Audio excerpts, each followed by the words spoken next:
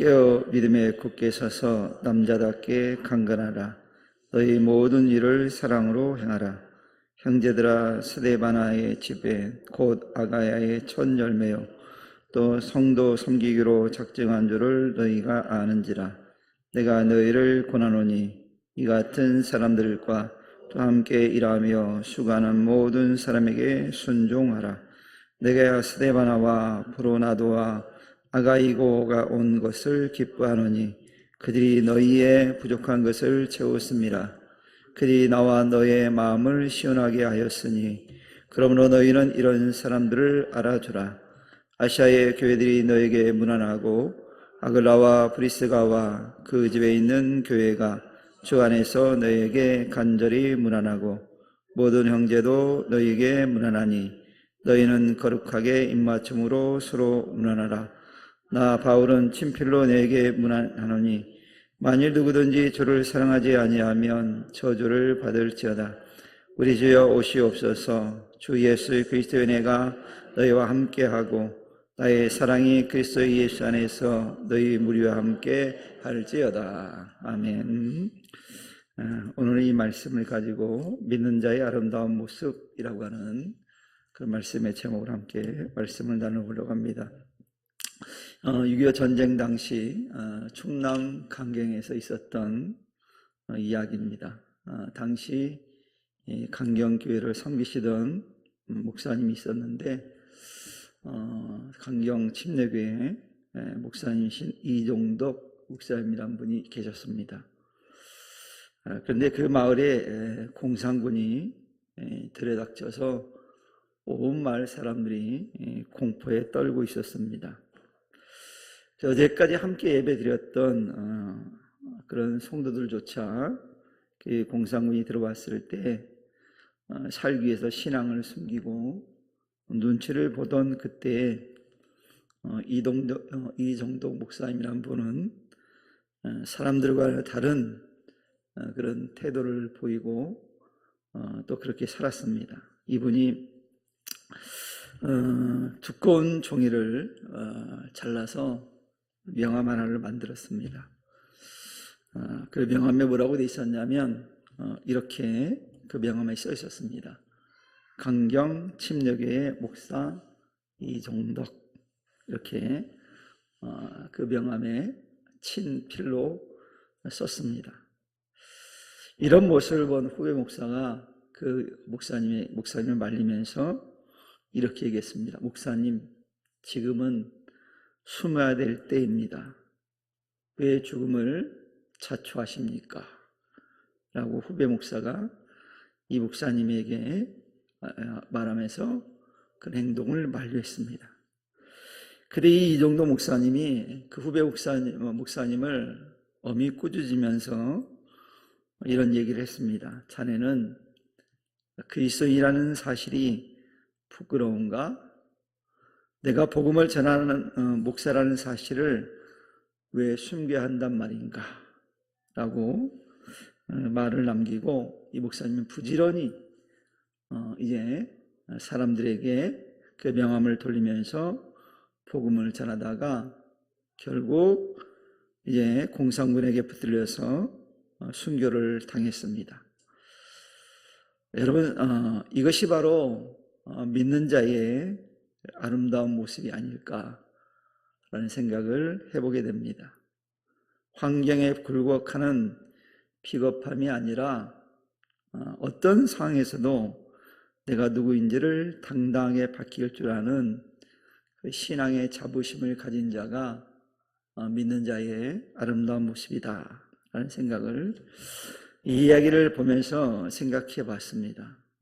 오늘 특별히 본문에서도 사도 바울은 고린도교회 성도들과 오늘 믿음을 가진 우리를 향해서 우리의 이 험한 세상에서 믿는 자가 지녀야 될 진정한 아름다움이 무엇인지에 대해서 세 가지로 권면을 하고 있습니다. 그 첫째는 뭐냐면 믿는 자의 아름다움은 깨어 믿음에 굳게 서는 것에서 나온다는 것을 오늘 바울이 고린도교회 성도들에게, 오늘 우리들에게 말씀해 줍니다. 당시 고린도 교회는 매우 화려한 도시였습니다. 그 영적으로는 매우 우상 숭배가 충만했던 곳이기도 했고, 그러다 보니 향락 문화가 대단했던 도시 가운데 하나입니다. 우리가 미국 라스베가스 그러면 여러분이 딱 드는 생각이 뭐예요? 굉장히 향락의 도시다 라는 생각을 하잖아요. 그래서 제 친구가 거기서 목회를 하는데 이번에 와서 그 얘기를 하더라고요. 그 어려운 걸 한 번도 저한테 얘기한 적이 없는데 이번에 와서는 그 얘기를 하더라고요. 그래서 매우 힘들다. 그래서 좀 더 빨리 은퇴를 하고 싶다 그러더라고요. 왜 그러냐 할 때 이민 목회가 너 쉬운 일 아냐? 그러면서 얘기를 하더라고요. 그러면서 하는 얘기가 이 라스베가스에 오는 사람들은 바로 라스베가스로 이민 오는 사람이 없대라는 거예요. 왜 그러냐면 사람들이 라스베가스 그러면 일단 그런 문화가 충만한 곳이라고 생각해서 바로 이민을 안 온다는 거예요. 근데 이민 와서 생활하다가 애들 말로 폭망하면 라스베가스로 온다는 거예요. 그러니까 상처가 있는 한국 사람들이 라스베가스에 와서 산다는 거예요. 그러니까 상처가 많은 사람들이다 보니까 조금만 말해도 상처를 입는다는 거예요. 아무것도 아닌 말인데도 상처를 입는다라는 거예요. 그래서 힘들다 그런 얘기를 처음 했거든요. 그 친구 원래 자존심이 좀 세가지고 저한테 잘 그런 얘기 안 하거든요. 이번에는 그 얘기를 하더라고요. 그래서 너 진짜 힘들구나 라는 생각이 들었어요. 그 친구는 그 친구 와이프는 제 아주 가까운 사람의 친구이기도 합니다. 늘 제 옆에서 자는 사람의 친구이기도 하거든요. 이해 아직 안 갔어요? 제 집사람의 친구가 사모님이라고 해요. 그 친구. 저한테도 후배예요. 그래서 저 따라다니다가 둘이 눈 맞아가지고 결혼한 친구거든요. 근데 자존심이 세가 제가 얘기 안 했는데 이번에 와서 그 얘기를 하더라고요. 그래서 내가 정말 더 힘들구나 라는 생각이 들었어요. 아무튼 이 고린도 교회도 바로 그런 곳이에요. 향락의 문화가 매우 발달되었던 곳이 바로 고린도 지역이거든요. 그래서 고린도 사람처럼 행한다 이 말이 있었거든요. 그 얘기는 뭐냐면 이런 뜻이었어요. 방탕하게 사는 사람이다. 그러니까 고린도 사람처럼 행한다는 말은 무슨 의미냐면 방탕한 사람이다 그런 뜻이라는 거예요. 그 정도로 고린도 교회가 향락이 충만했고 우상 숭배가 충만했던 그런 곳입니다. 그러니 여러분 얼마나 이들이 그 안에 신앙을 지킨다는 게 믿음을 지켜낸다는 게 얼마나 힘들었을까 한번 생각해 보세요. 쉽지 않은 거예요. 그런 환경이나 이런 것들이 믿음 생활할 수 없도록 그 환경이 조성되어 있다면 믿음 생활하기가 어렵거든요. 아마 과거에 우리 권사님들은 그런 환경 속에서 믿음을 지켜온 줄 압니다. 남편이 때문에 또 믿지 않는 가정 때문에 그런 얘기를 제가 가끔 듣거든요.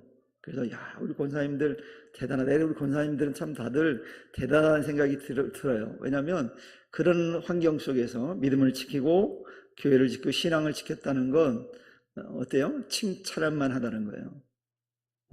본인들에게 해보세요. 칭찬받아 합당해. 한번 해보세요. 이렇게 지금 하는 사람들은 과거에 힘들었던 사람들이야. 그러니까 칭찬받을 만 하잖아요. 그런 가운데 믿음을 지켰다는 거. 고린도 지역이 그랬다라는 거예요. 그래서 오늘날도 여러분 뭐가 힘드냐면 돈이 최고라고 생각하는 물질주의 때문에 우리가 힘들 수 있어요. 그냥 많은 사람들이 그런 얘기 하거든요. 교회 가면 돈이 나오냐 밥이 나오냐. 이거 뭐냐면 물질주의를 추앙하는 사람들이거든요. 여러분 교회에 오면 돈이 나와요 안 나와요? 교회 오면 돈 나온 사람은 딱 몇 사람밖에 없습니다. 누구요? 담임 목사 나오잖아요. 사례비 나오고 부사역자들 나오잖아요. 근데 나머지는 어때요? 돈이 나오는 게 아니라 돈을 내고 다니잖아요. 그러니까 더 대단해요. 그래서 나는 목회자들보다 성도들이 더 대단하다라는 생각이 들 때가 있어요. 왜? 이분들이 열심히 세상에 일을 하고 월급 받아가지고 돈을 얼마나 열심히 잘 내는지 몰라요. 교회에서 뭐 한다고 그러면 헌금하고, 뭐 부엌 고친다면 헌금하고, 내라고 하는데도 안 내잖아요. 스스로 내는 거잖아요. 그러니까 얼마나 열심히 해요. 그래서 내가 볼 때는 우리 목회자보다 제가 생각할 때는 이 성도들이 하나님 나라 가서 상급을 훨씬 많이 받을 것 같아요. 아멘 안 하시네? 제가 더 많이 받을게요. 그런 생각이 들 때가 있어요. 그렇잖아요. 일주일 내내 열심히 회사 일하고 또 토요일이면 또 청소하러 나오라고 그러고 또 주일이면 왜 예배 빼먹냐고 뭐 혼나고 뭐 그러면서 나오잖아요. 그 봉사하고 헌신하잖아요. 네? 오늘 또 뭐 이영미 권사님 아침에 빠져가지고 우리 저 성미아 집사님 아침 오전 9시 또 와가지고 반주하고 2배로 오늘 또 받을 거예요. 엄마가 안 많이 나가네. 2배로 받는다니까 딸이요. 그래서 우리 그렇게 힘든 상황 가운데 한다는 게 쉽지 않거든요. 물질 위에 충만하니까.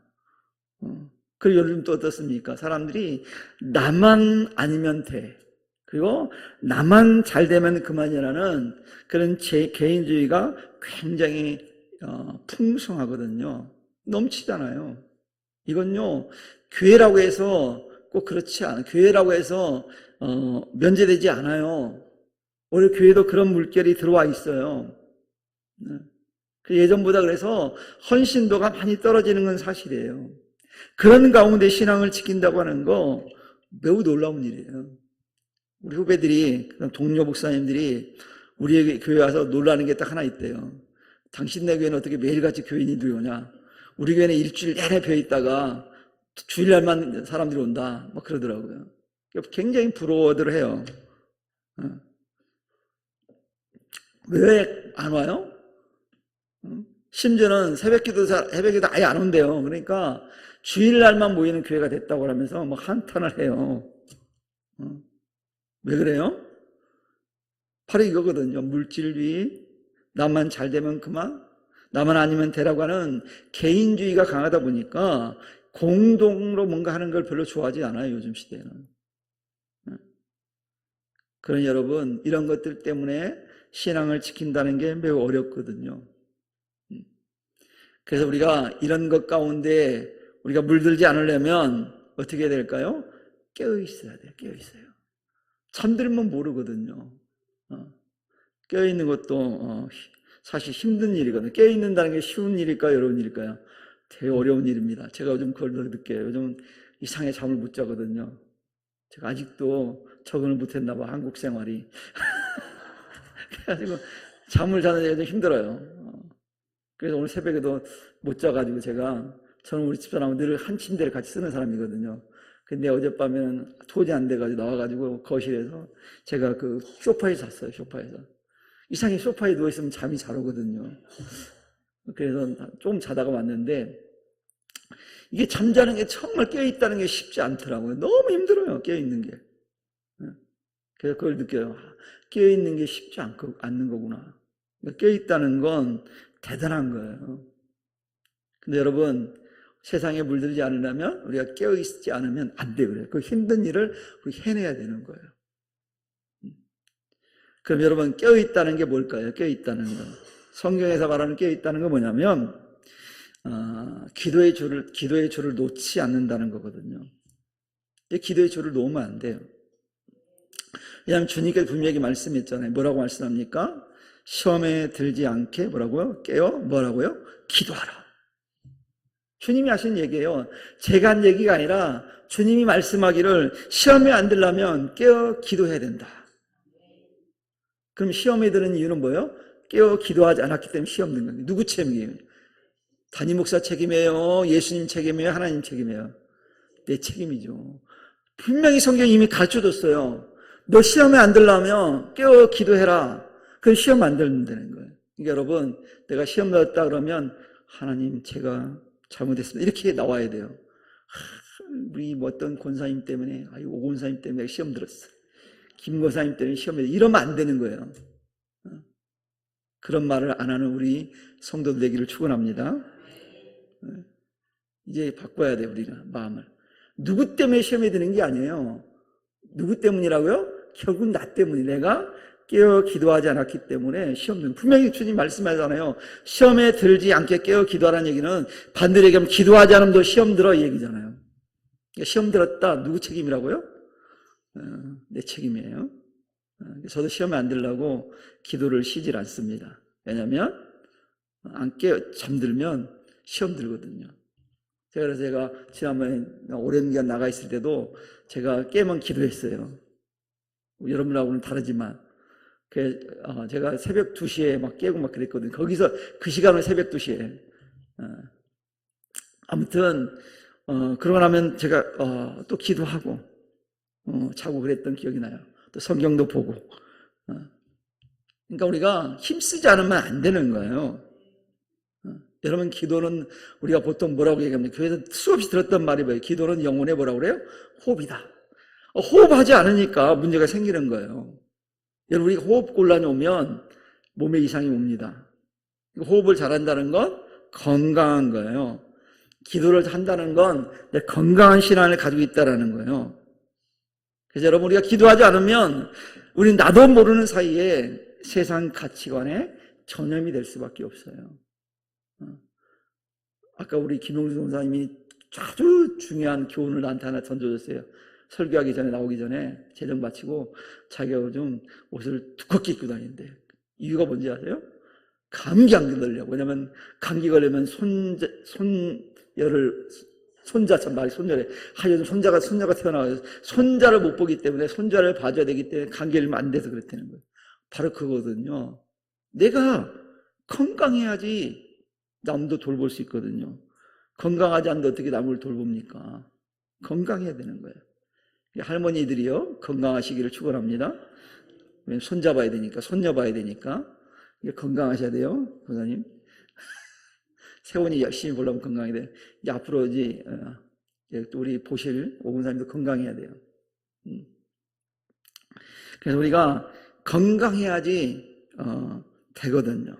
그러기 위해서 우리가 영적으로 건강하려면 뭐 해야 된다? 깨어 뭐 하라고요? 기도해야 된다. 그래서 우리 성도님들은 깨어 기도함으로 영적으로 건강하시기를 축원합니다. 그런 믿음에 굳게 선다는 건 또 뭡니까?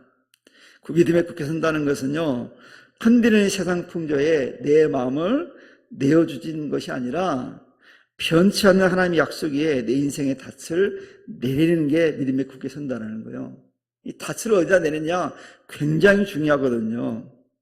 그래서 여러분 이 세상이 아무리 변해도 우리는 복음의 절대 가치를 붙잡아야 됩니다. 다른 거 붙들면 안 돼요. 그래서 기도로 깨어있고 말씀에 굳게 서서 요동치지 않는 신앙의 절개를 지킬 수 있는 그런 성도 되기를 축원합니다. 그래서 믿음에 굳게 서야 되는 거예요. 닻을 다 내리고 있어야지 움직이지 않거든요. 여러분 배들이 풍랑이 와도 이끌려가지 않으려면 닻을 잘 내려놔야 되거든요. 꽁꽁 묶고 잘 묶어놔야 돼요. 그래야지 밀려나지 않아요. 근데 현찮게 묶어놓으면 자꾸 밀려가는 거예요. 그래서 어떤 사람들이 그런 얘기해요. 저 성도는 한쪽 발은 교회에 들고 한쪽 발은 세상에 두고 있다고. 그러니까 언제든지 흔들리는 거예요. 흔들리는 대로 가는 거예요. 근데 닻을 교회에다 탁 내린 사람은요 절대 흔들리지 않아요. 어떤 일이 발생해도 무슨 일이 생겨도 흔들리지 않고 요동치지 않는 거예요. 그런데 그렇지 못한 사람은 자꾸 요동치는 거예요. 그래서 우리는 흔들리지 않고 믿음의 닻을 내릴 수 있는 성도들 되기를 바랍니다.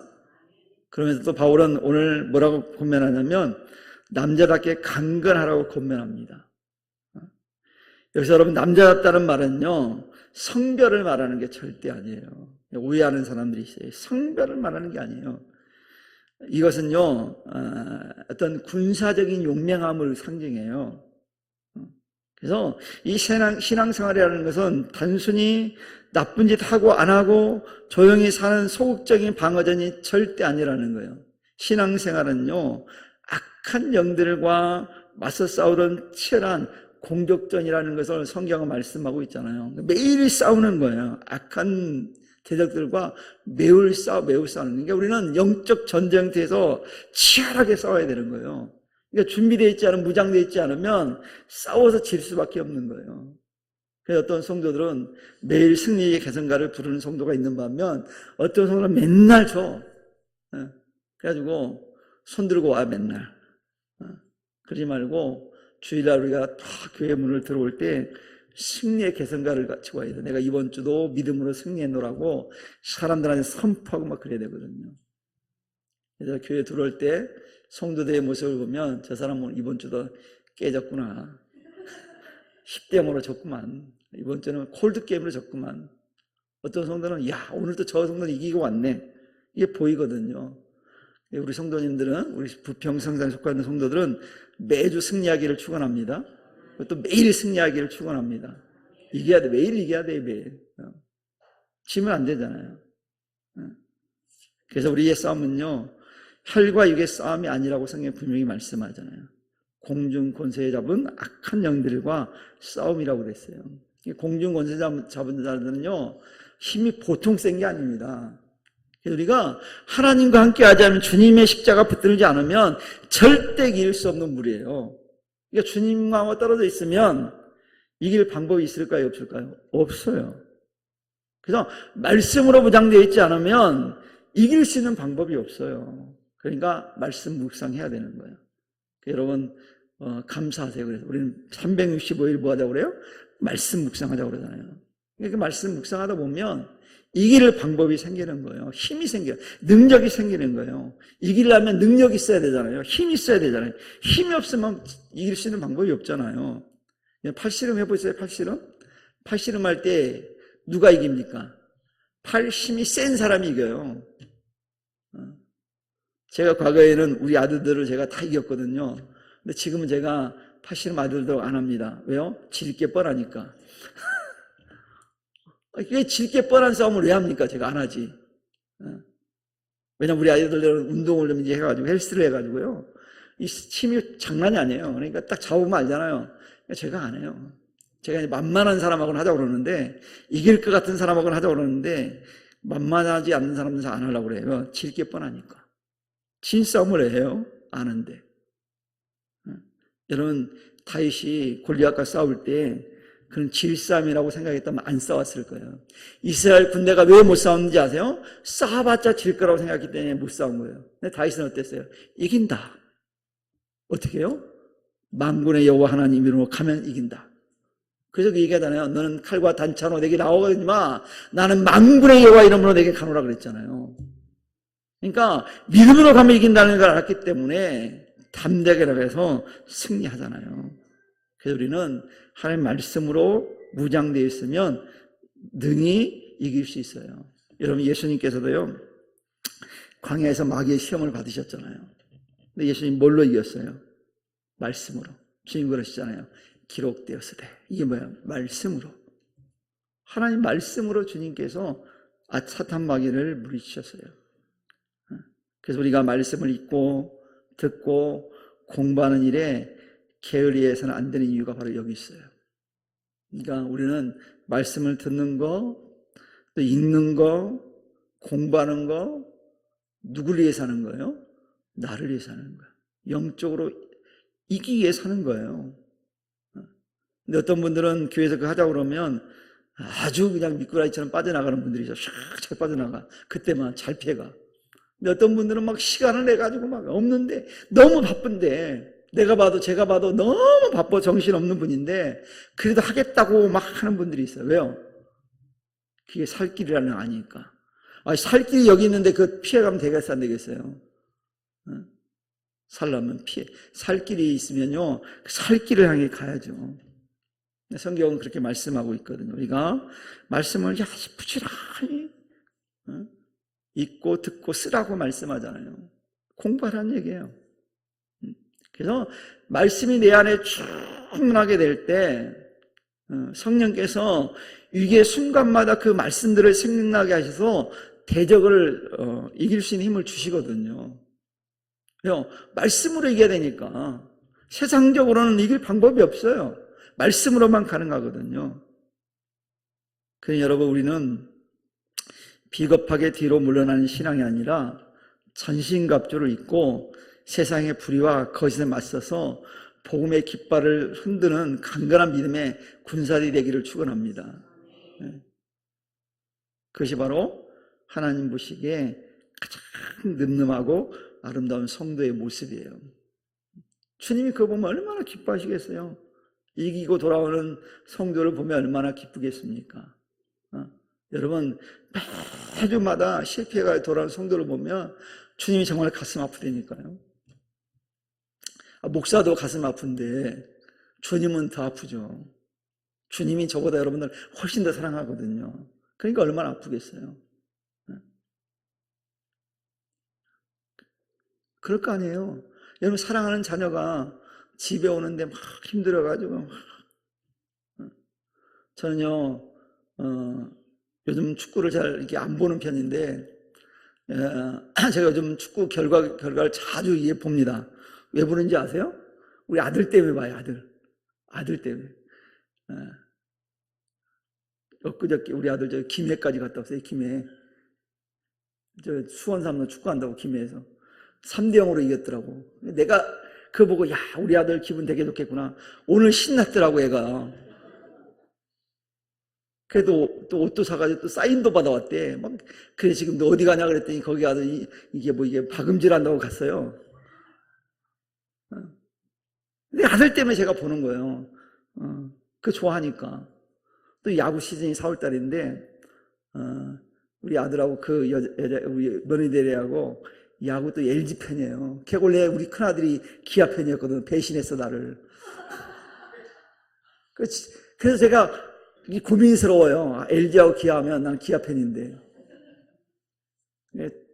아무나 이겨도 기분이 좋더라고요. 이제 그래도.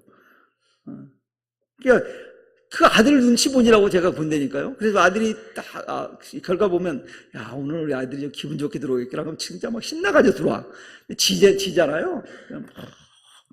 지가 진 것도 아닌데. 아빠한테 좀 그렇게 잘해보지. 그래서 여러분 하나님 그렇다니까요. 여러분 하나님께 기쁨을 드리는 방법 어때요? 우리가 승리하는 방법밖에 없어요. 그러려면 기도하고 말씀을 묵상해야 됩니다. 그리고 마지막으로 믿는 자의 가장 찬란한 아름다움은 뭐냐면 모든 일을 사랑으로 행하는 거예요. 사랑으로 해야 돼요. 우리는 교회는 말만 사랑이 아니라 실제적인 사랑해야 돼요. 앞서 말씀드린 강건함이 세상과 악에 대한 태도라며 이 사랑은 뭐냐면 형제와 이웃을 향한 태도예요. 여러분 곤대교회는 우리가 잘 알다시피 은사가 많은 교회였잖아요. 향락의 도시인데 은사가 많았다는 걸 왜 그럴까요? 생각해 보셨어요? 은사가 많아야지 그나마 사람들이 예수 믿게 되니까 돌아오니까 그거 보고 기적을 보고. 그래서 하나님이 거기다만 은사를 부어주신 거예요. 그래서 방언도 하고 예언도 하고 막 그랬어요. 근데 그들에게 부족한 게 딱 하나 있었어요. 뭐예요? 제가 좀 얘기했잖아요. 뭐가 없어요? 사랑이 부족했죠. 그래서 바울이 그래서 사랑을 얘기하잖아요. 그 중에 제일은 뭐라고요? 사랑이다. 믿음, 소망, 사랑 항상 있을 것인데 그 중에 제일은 뭐라고요? 사랑이다. 그래서 사랑이 빠져버린 은사는요 뭐라고 말하냐면 소리나는 구리와 울리는 꽹과리에 불과하다라고 말씀해요. 여러분 꽹과리 소리 옆에서 안 들어봤죠? 저는 옆에서 많이 들어봤어요. 왜요? 우리 둘째가 꽹과리를 너무 좋아해가지고 어릴 때 초등학교 때 꽹과리를 집에 가지고 왔거든. 쳐보라고 치는데요 아주 시끄러워요. 너무너무 시끄러워요. 듣기 싫을 정도로. 같이 어울려서 치면 괜찮은데 그 꽹과리만 치면 너무 시끄러워요. 좁은 공간에 치면. 근데 여러분 믿음과 소망이 있는데 사랑이 없으면 우리는 꽹과리가 같대잖아요. 얼마나 시끄러워요. 그래서 사랑이 없이 은사만 가진 사람들이 시끄러워요. 그래서 바울이 14절에 뭐라고 얘기합니까? 모든 일을 사랑으로 행하라고 그러잖아요. 모든 일을 뭐로 행하라고요? 사랑으로 행하라 라고 당부해요. 여러분 이런 말이 있죠. 악은 미워하되 사람은 뭐 하지 말라고요? 미워하지 말아라. 이 얘기가 뭐냐면 우리가 죄에 대해서는 단호해야 되지만 죄 가운데 고통받는 영혼에 대해서는 긍휼히 여기는 마음을 가지라는 얘기예요. 즉 사랑하는 마음을 가지라는 거예요. 그러니까 죄진 자를 보면서 긍휼히 여기는 마음을 가지라는 거예요. 그래서 그리스도인은요, 사랑의 결핍으로 죽어가는 이 세상에 참된 사랑이 무엇인지를 보여줘야 될 책임이 누구에게 있다? 우리에게 있다. 그리스도인에게 있다. 사랑이 뭔지를 보여줘야 돼요. 그래서 그리스도인들은요, 베푸는 거 잘해야 됩니다. 손해보는 거 잘해야 돼요. 이 예수 믿으면서 손해 안 보려고 하는 사람들은 제대로 못 만난 거예요, 예수님을. 예수 믿으면 좀 손해보면 괜찮아요. 좀 손해보면 어떻습니까? 주님이 그걸 좋아하신다면. 그러니까 우리 성도님들은 조금만 손해보시기를 축원합니다. 죽어도 손해보지 않으려고 하는 사람들이 있거든요. 목숨 걸고 손해 안 보려고 하는 사람들이 있어요. 손해 좀 봐야 돼. 적당히 손해를 좀 볼 줄 알아야 돼요. 기분 나빠요? 손해 보려니까? 손해 좀 봐야 돼, 약간. 왜냐하면 예수님이 그러셨잖아요. 예수님이, 하나님이 굳이 이 땅에 예수님 보낼 이유가 없어요. 그냥 쓸어버리면 돼. 죄 졌으니까. 그런데 하나님이 손해 보신 거잖아요. 독생자 예수님을 이 땅에 보내줬어요. 그리고 십자가를 지게 하셨어요. 희생적인 사랑이죠. 아가페적인 사랑이에요. 아무 조건 없는 사랑을 우리에게 해주신 거예요. 그 사랑을 우리도 보여야 될 필요성이 있어요. 많이 하지 말고 조금만 손해보세요. 너무 많이 보면 망하니까. 그렇잖아요. 너무 손해보는 건 바보스러운 거니까 조금만 손해보면 조금만. 그러면 세상에서는요, 엄청 손해보는 걸 생각해요, 우리가. 별거 아닌데. 그게 사랑이거든요. 그래서 우리 여러분들은 내 마음에 들지 않는 형제가 있거든, 비난하기보다는 그의 발을 씻겨주는 사랑, 아픔을 겪는 이웃의 눈물을 닦아줄 수 있는 그런 따뜻한 손길을 갖기를 주님의 이름으로 축원합니다. 그것이 바로 세상을 밝히는 빛이 되고 부패를 막는 소금이에요. 소금. 그래서 모든 우리 행위가 사랑이 전제될 때 우리의 삶은 어떻게 될까요? 비로소 그리스도의 향기를 밝히게 돼 있거든요. 우리는 그리스도의 향기라고 성경에 나오잖아요. 향기를 내려면 좀 사랑을 베풀어야죠. 여러분, 오늘 바울은 스데바나와 그 집 사람들을 언급하면서 성도를 시원하게 해주는 사람들의 이름을 불러주고 있잖아요. 이들이 누굽니까? 주님의 일을 위해서 자신을 드린 사람들이에요. 즉 사랑, 남을 위해, 타인을 위해서 사랑을 준 사람들이거든요. 그래서 우리 성도님들, 부평성산의 가족들은 이처럼 하나님과 사람의 마음을 시원하게 해줄 수 있는 아름다운 성도 되기를 축원합니다. 기쁨을 줘야 되잖아요. 여러분, 다시 한번 앞으로 들어가서 이 강경 침략의 이종동 목사님이 죽음을 앞두고 뿌렸던 명함은 단순한 그런 종이 조각이 아니잖아요. 그래서 뭡니까? 나는 주님의 것입니다. 나는 신앙 고백이었고, 나는 나를 죽여도 복음은 죽지 않는다라고 하는 그런 선포잖아요, 선포.